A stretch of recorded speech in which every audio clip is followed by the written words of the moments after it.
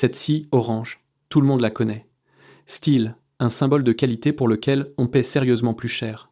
Beaucoup de gens pensent que c'est juste une marque chère qui se fait payer pour un nom. Sauf que la vérité est tout autre, et une fois que tu l'auras entendu, tu regarderas cette couleur orange différemment. Aujourd'hui, on regarde qui se cache vraiment derrière Steel, et pourquoi c'est meilleur que ce que la plupart des gens pensent. Quand tu vas aujourd'hui acheter une tronçonneuse ou une débroussailleuse, tu as le choix parmi des dizaines de marques. Les bons marchés du magasin, les intermédiaires, et puis les chers. Et tout en haut, tant par le prix que par la réputation, se trouve Steel. Et presque tout le monde se dit la même chose face à ce prix. Ce n'est pas juste une étiquette chère.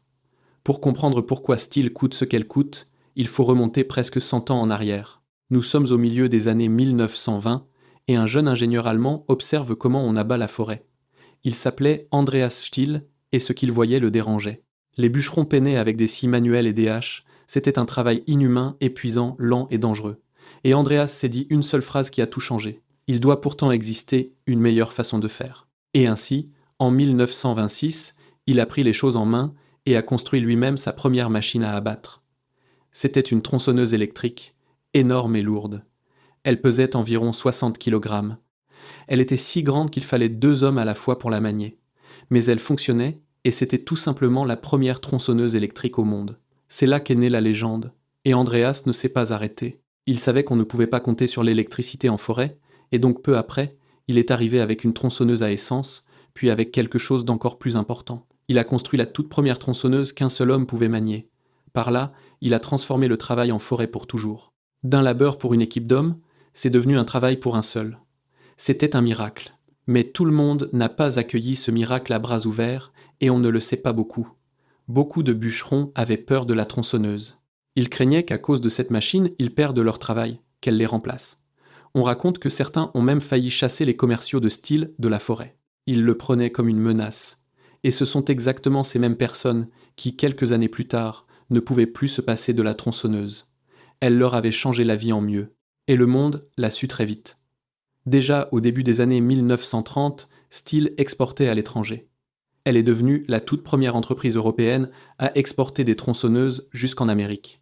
D'un petit atelier d'un seul ingénieur, un acteur mondial commençait à naître.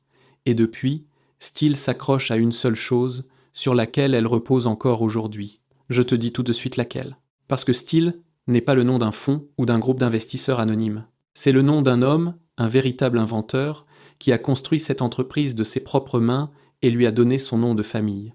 Et c'est exactement là le premier élément de réponse à la question de savoir qui se cache vraiment derrière Steel. Derrière elle se trouve une famille, encore aujourd'hui, et cela nous amène à la plus grande surprise, car Steel est jusqu'à aujourd'hui une entreprise familiale, et c'est presque un miracle dans le monde actuel. La plupart des grandes marques ont été avalées depuis longtemps par d'énormes corporations et des fonds d'investissement, mais Steel reste toujours possédé et dirigé par la famille de son fondateur. Déjà la troisième génération, une entreprise mondiale gigantesque avec plus de 20 000 personnes et pourtant toujours familiale. Cela seul explique déjà beaucoup de choses, et maintenant vient ce qui agace beaucoup de gens chez Steel, alors que c'est justement sa plus grande force. Steel ne s'autorise pas à vendre ses tronçonneuses tout simplement au supermarché ou à l'hypermarché.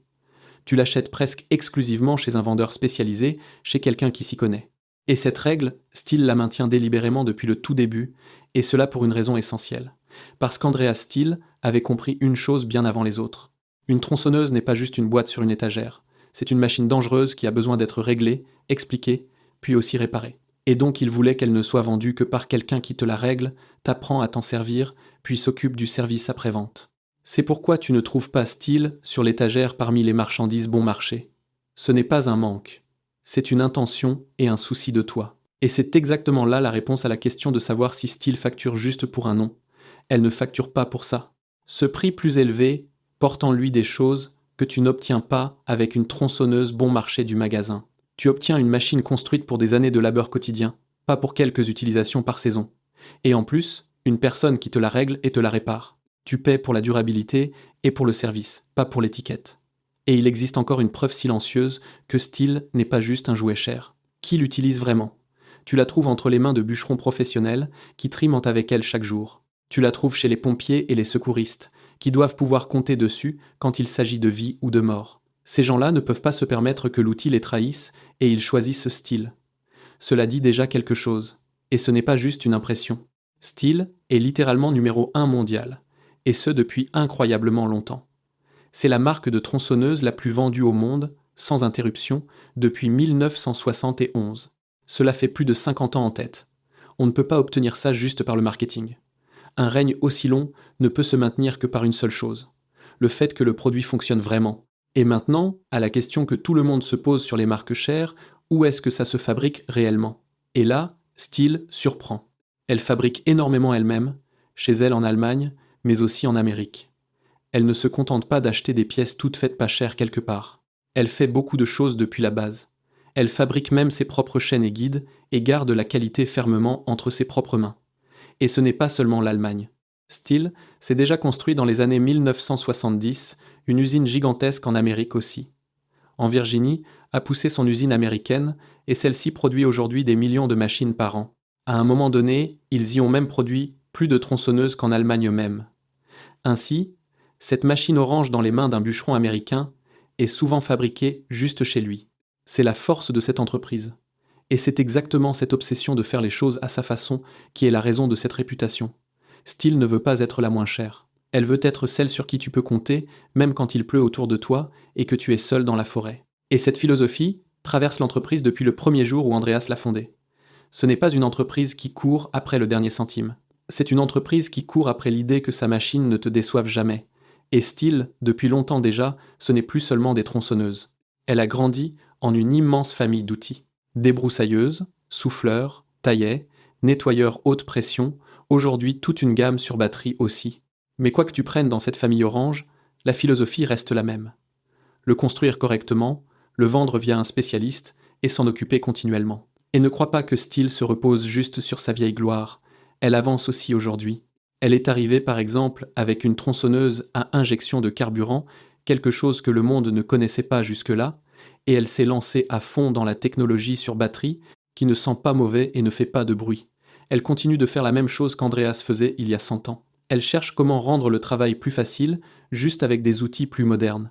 Et maintenant, sans doute la preuve la plus forte de pourquoi Stihl est meilleur que ce que les gens pensent, sa durabilité. Beaucoup de ces vieilles tronçonneuses tournent encore après des décennies, tranquillement héritées du grand-père ou du père. Tu en prends soin, tu remplaces ce qu'il faut, et la machine continue de fonctionner.